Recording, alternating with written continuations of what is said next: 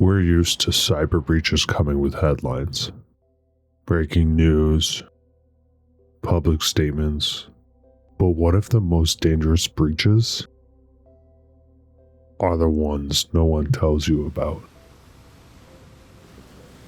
So today, we're asking, what if the worst cyber breaches end in silence?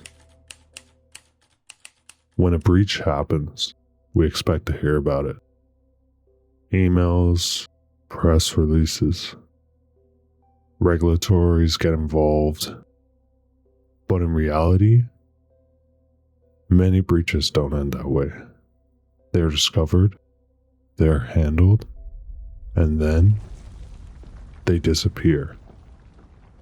No announcement, no warning, no public record. A silent breach is simple and dangerous. Unauthorized access occurs. Systems are compromised. But no public disclosure ever happens. Inside companies, these are often classified as non-material. No confirmed data exfiltration. Contained incident. But there's a key distinction.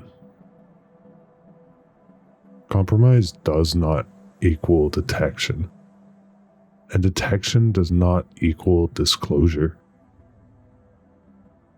Many breaches end quietly, before the public even know that they existed. But why do companies choose silence?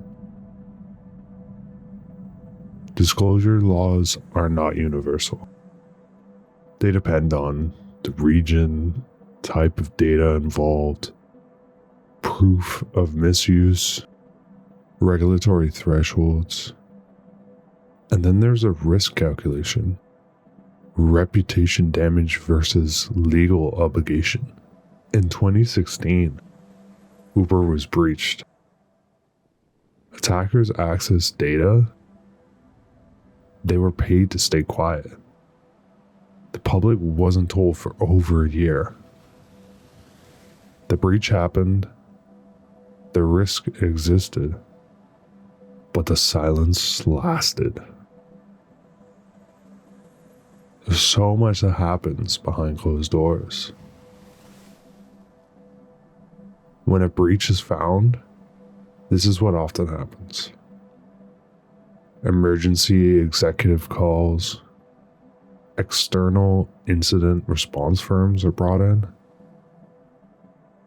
credentials are reset, systems quietly rebuilt, and NDAs signed. Public language becomes very careful. No evidence of misuse. Issue fully contained. But what's left unsaid matters more than what's said. I think the attackers prefer silence. Not all attackers want destruction. Many want persistence, hoping that backdoors are left behind, access is still maintained, credentials are sold later. Think of the SolarWinds breach. Attackers were present for months. Many victims didn't know that they were compromised. Some only learned after the public exposure forced this disclosure. Silence isn't failure for attackers. It's success. Sometimes breaches are found long after they begin. Forensics rarely start at day zero. First seen does not mean first noticed. Many breaches are discovered during audits, mergers, incident response for something completely different. Think of the Marriott Starwood case. Unauthorized access persisted for years. long before anyone even realized it was happening. Time is often on the attacker's side, but who is most likely to stay quiet? Some sectors are especially vulnerable to silent breaches. Healthcare, finance, education, even critical infrastructure. They hold sensitive data. They face severe consequences. And they have strong incentives to suppress disclosure. High risk, high sensitivity, high motivation for silence. What's the cost of silence? When breaches aren't disclosed, customers keep reusing compromised passwords. Employees remain exposed. Partners never even know that they're at risk. During the MOVEit breaches, some organizations disclosed immediately. Others delayed.